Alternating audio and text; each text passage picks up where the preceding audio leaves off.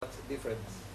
This memorial plaque is for 360 Austrian Jews who in 1940 succeeded to escape Austria and they found a shelter in the same city. When independent state of Croatia was formed in 1941 and Kingdom of Yugoslavia collapsed, they were simply rounded, put on barges, killed. This memorial plaque is now on a private property of somebody who bought the factory in whose yard it was, and he's still torturing himself how to find a way how to remove this, because it's bad for business. But wait a moment. If you say they were killed on the river, they were not killed on that location. They were put on barges. Yeah. And killed from barges is much easier to throw than in the river. So they were not killed on the land. The river is 50 meters from here. It's on the bank of the river.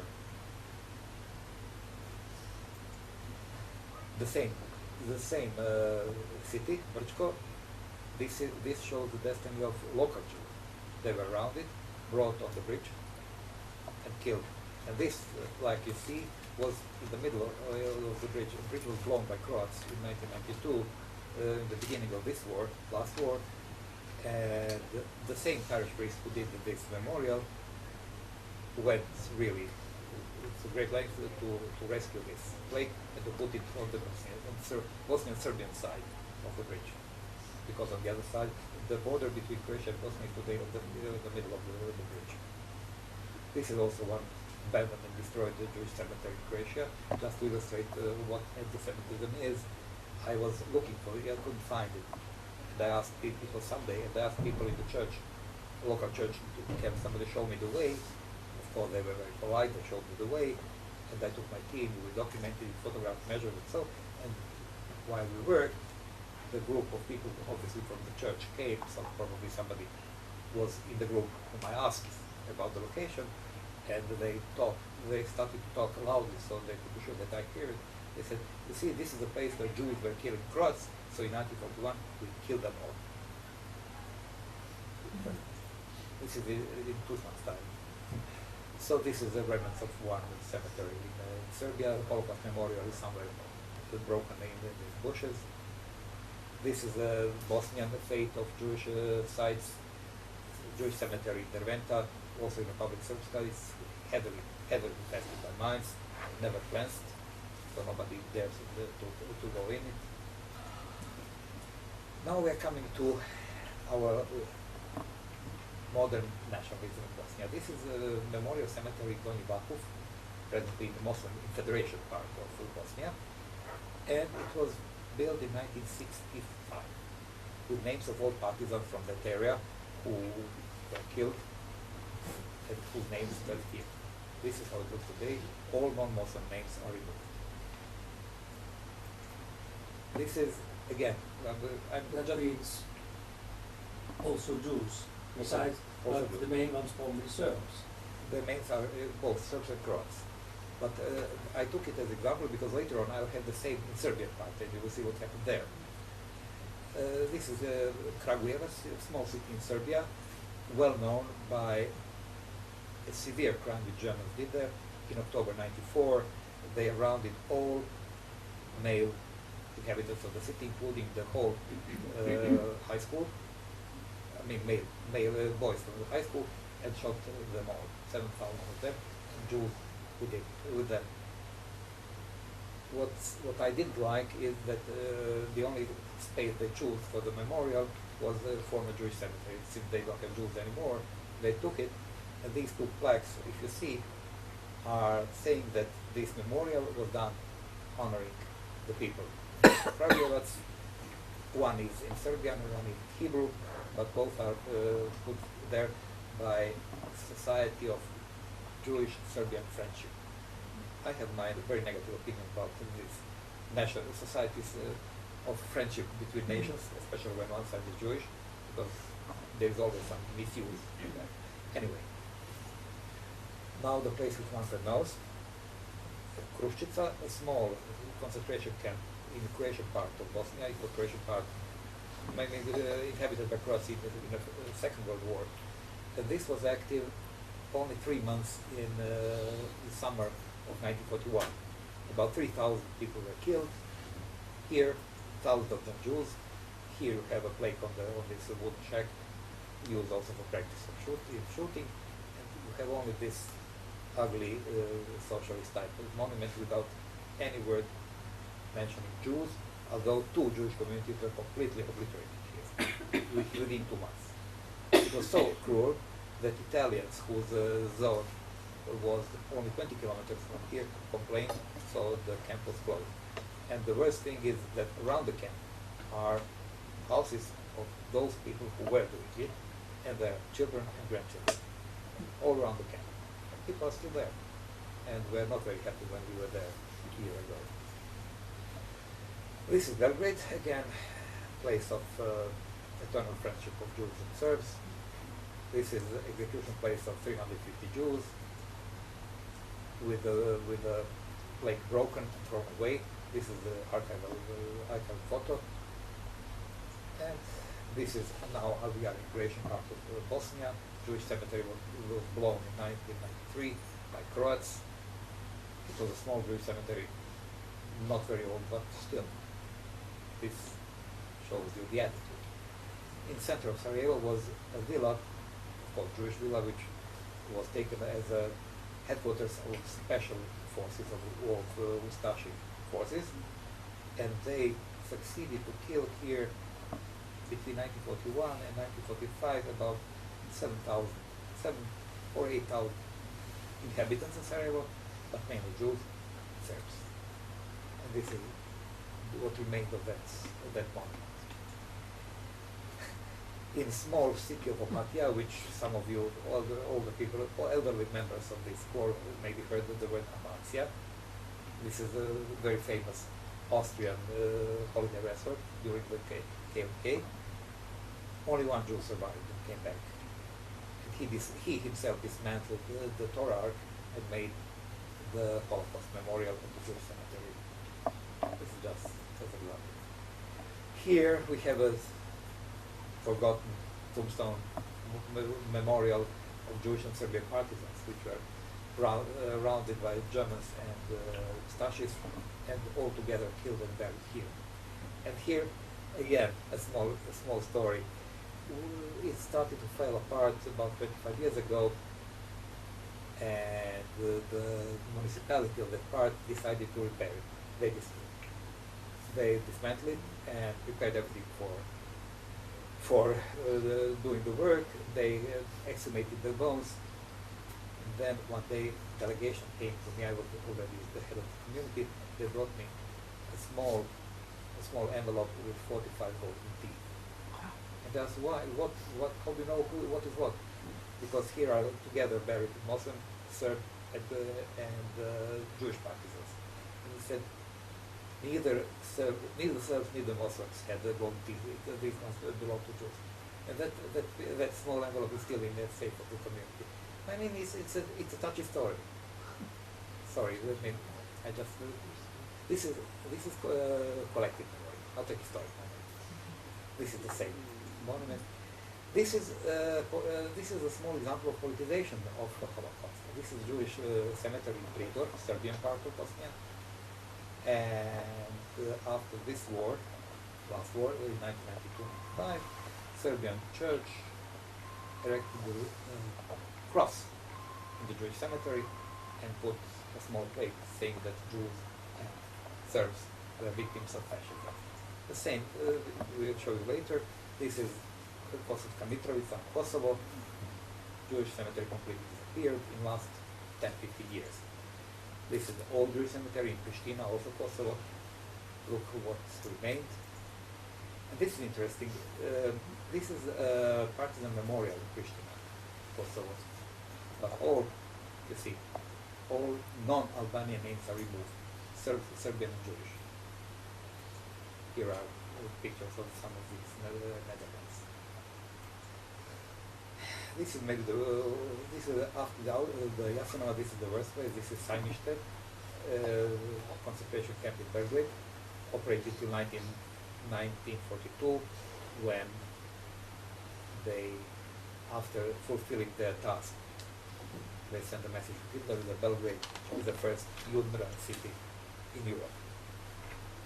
About The Serbs did that or the local Germans? Germans did it, but Serbs gathered the Jews, collected them, and gave them to Germans. And first time here, the trucks with this exhausting gases were used. About 7,000 Jews were killed here. This is the memorial on that place, which is heavily infested with graffitis. They are not anti-Semitic, they are just vulgarities, obscenities, and political messages.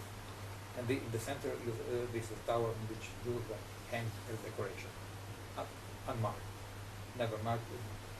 They didn't want to mark it because Jews were not only victims. And now we are coming to what I said that I will tell you a little bit more detail. This is politicization of Jews. This is a small city called Sanski Most, which is now in Muslim part of Bosnia, but during the war, 1992-95, was under Serbian occupation. Cemetery was built 35 years ago. So what Serbs did on this cemetery? First, on the entrance, they put this huge block of granite with Star of David and the Orthodox cross, and the text says that Jews and Serbs were the only victims of fascism. This is a central monument. This used to be, in Tito's time, the central monument of the cemetery. Now the central is Orthodox cross. And these are What happened to the previous one? previously just standing there, neglecting the falling apart. And these are names. These are names of partisans. All non-Jewish and non-Muslim names, non-Jews and non-Serbian names are removed. So now this city is 100% Muslim. And you can imagine the feelings against Jews when they see Jews and the Serbs recognized as partisans, anti-fascists, and they disappear. And that's a Jewish cemetery on the other side of the street. I paid for this to be cleansed, to be cleaned maybe 5 years before the war, and this is how it looks today. Jewish cemetery in Travnik, 17th century, very old, quite well preserved. And then, I'm sorry, the picture is a little bit dark, but you can see when the time has come to make a Holocaust memorial, the solution was very simple. Those who created the memorial just took 3 tombstones from 17th century and put them on the cement pedestal. And that's a Holocaust memorial. Jews did that? No, locals. Because there is a Jewish remnants in Travnik. No, not a single Jew. But it was in the time when president of Jewish community of Sarajevo was from Travnik, also an old partisan. So, and this is the last one. This is Holocaust memorial plaque. The way I mentioned this memorization of synagogues as Holocaust memorial. This here was a huge synagogue which disappeared. Now we have a plaque and messages, statements of the war. Vulgarities, obscenities, but not political. So, Can I ask you, We have some light.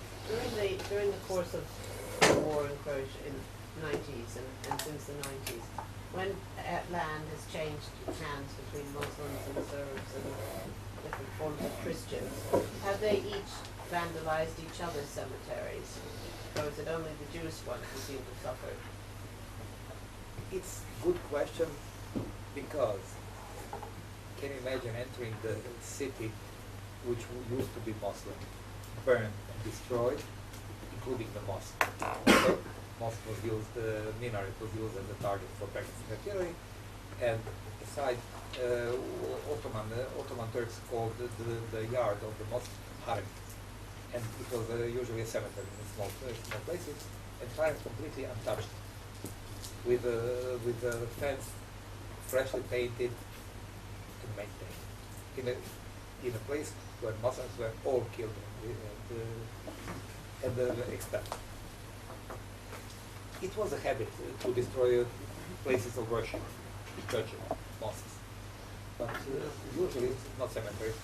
Jewish cemeteries had the greatest destiny because there were no Jews. I think there are no Muslims. Yes, I wanted to ask, are there organizations that take it upon themselves to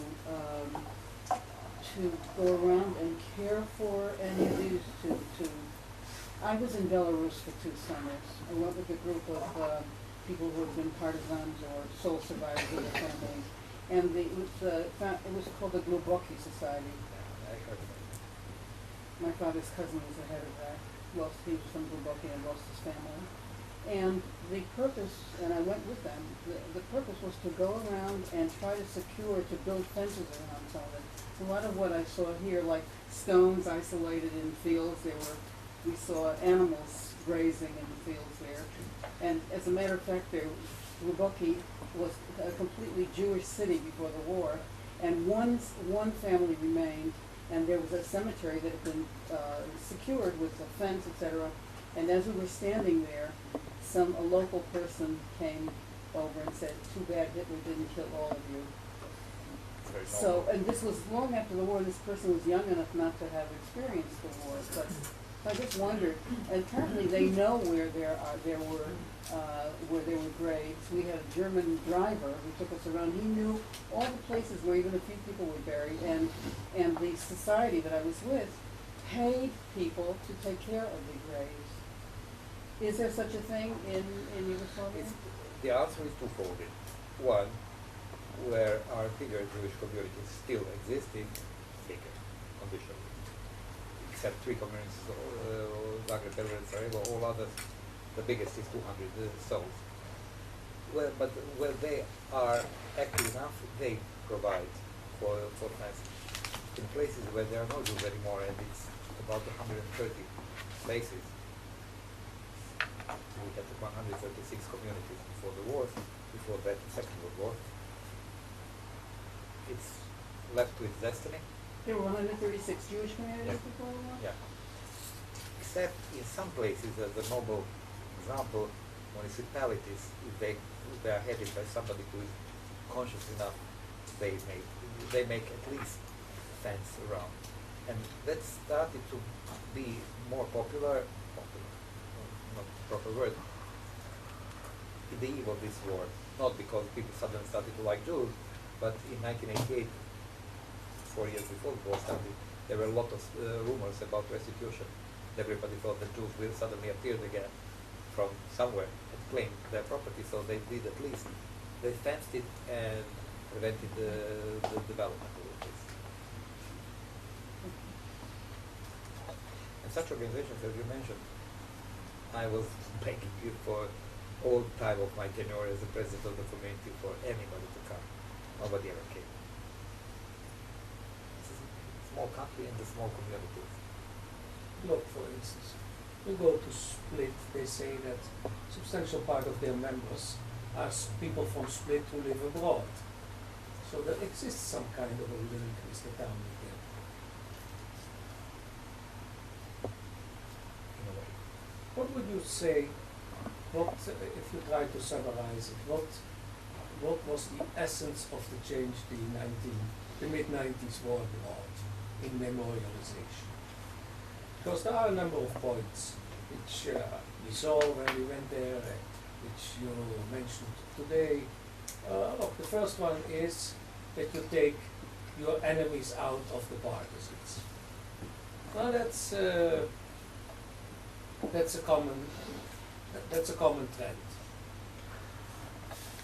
To summarize it in one sentence, politicization of victims, politicization of victimization. It was mainly in effect in Bosnia, because Bosnia was a mixed society, always consisting of 3 major groups, Orthodox Serbs, Catholic Croats, and Muslims. Jews were marginal, very important in certain historic economic sense, but marginal by numbers. So each side claimed that Jews that they are friends of Jews, and those others were bad guys who were killing us. So that's one thing.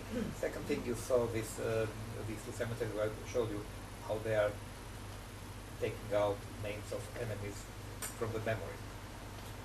And that's effectively the hearing of memory. Complete new generation is educated like we have example here in Palestinian territories. I'm always taking Bosnia as example because it's easy to deal with that when you have Croatia, which is now nationally homogeneous. 98% of the inhabitants are now ethnic Croats. Contrasting the 1991 when it was started, when it was 70-30. Serbs are gone, disappeared, killed, expelled, whatever. Serbia now without Kosovo, Central Serbia is homogeneous 100%. Serbia, you joked about this cutting the piece of Serbia. Now comes the Vojvodina, which is heavily mixed, where you have heavily mixed Hungarian, Slovakian, Romanian, Valachian, Gypsy, Catholic, Croat Catholics and Serbs. And nobody knows what will happen with that region in 10-15 years. The problem, I'm just jumping aside for a second because it also has some connection with today's subject. We have problem of restitution there. We had a huge Jewish population in that area, which was almost entirely killed. Minor numbers survived, succeed to escape. Jewish property was completely taken by German association, Kulturbund, the association of the ethnic Germans living in that area. Private property, Jewish communal property was taken by Kulturbund. Private property was taken by private person. 1945 came, Germans, in the meantime Germans formed the one SS division, which was defeated and dispersed. So as a punishment in 1945 it became liberated Tito's Yugoslavia. 400,000 German families were expelled. And they left, leaving behind their property which they had and Jewish property which they took. Since 1945 it was all German property, it was all treated the same, enemy property, given to the state. Now, Jews are claiming their property back in restitution process, but in the same time, the children and grandchildren of these Germans formed the association which claims from Serbia restitution of their property on the basis of census of 1945. So tomorrow, Serbia, one of the conditions for Serbia to enter the European Union will be to compensate the people with their property. So ethnic Germans, which were SS mainly, will get Jewish property from 1941, which was Aryanized and given to them. Sorry, but you have the same situation in the Czech Republic, Yes. because the Sudeten Germans were driven out. Yes. What happened? What did they do with did they Czechs pay restitution to Germany? I don't know. I would be very surprised. Well, Czechs, I don't know, but Czechs went to Union without major problems after splitting with Slovakia. Yugoslavia, Serbia, as initiator of this war in Balkans, has bigger problems, so they have to buy their way to European Union. Yes, you will have to excuse me for my ignorance, but I was just wondering, you said that there is a camp in Bosnia where they didn't mention that 1,000 Jews were killed. So I was wondering, what is the governments, did they recognize the genocide, and what are the children taught at school? Are they taught that? It's not mentioned at all, and it's because of political correctness of Jews before 1992. So there's So a big not- denial. Big denial. There was a big concentration camp of Jasenovac with this plague of numbers. There was a smaller concentration camp in Đakovo, known by extermination of Jewish families from Bosnia. And there were about 30 or 40 smaller camps like we saw, unmarked, unnamed, unmentioned. Only Jews know about them. But as I said, since upon return from the Second World War, partisans from camps or from immigration, majority of them were communists. Those who were not went to Israel. Those who were stayed there. And as a good communist and a citizen of Socialist Federal Republic of Yugoslavia, it was politically not correct to emphasize Jewish suffering, Jewish victims. It of suffering of all peoples of Yugoslavia. And they didn't want to be politically correct and to single Yugoslavia.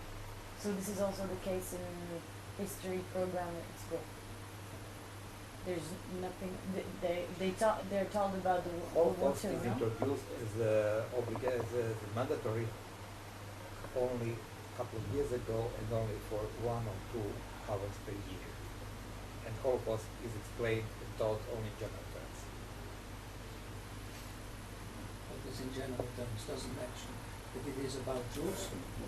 No, Holocaust is about Jews, but usually the class of Holocaust looks like this. They bring a class to the synagogue, then somebody from the community tells them about the synagogue, about the community, which had, let's say, 15,000 people in 1941, which was reduced to 3,000 in 1945, which was reduced again to 1,500 after the Aliyah, and after that everybody was a nice worse.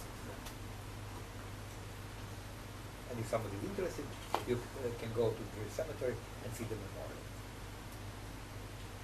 Shalom. Two questions. Could you say something about the remaining Jews in Yugoslavia and the relation to this? And another general question, which I'm embarrassed to ask. In relation to places in general throughout the world where there are no longer Jewish communities, what is the situation? In other words, is what you're talking about, there's also an element in which time and neglect play a part in this process. You're seeing something which is much more evil, cruel, destructive, but how can you keep alive something if there are no longer people who relate to that particular place and think of this and care for this? You've got to add one thing. The word, this is my private opinion, but the word Holocaust is resounding and it's very nice to be used. And everybody says that Holocaust is their own suffering. Germans will tell you that they had the Holocaust in 1945.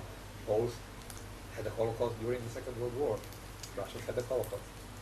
I don't know, whoever. Nobody who is willing to admit the Holocaust is exclusively Jewish matter. Very few are objective in that sense. Very few. So you have a places without Jews where some remnant of Jewish life still exists. Depends on the country. Yeah, I'm documenting, among other things, Jewish cemetery, these Holocaust memorials. What I saw, especially in Eastern Europe, places without Jews are better marked in the sense of Holocaust than places with Jews.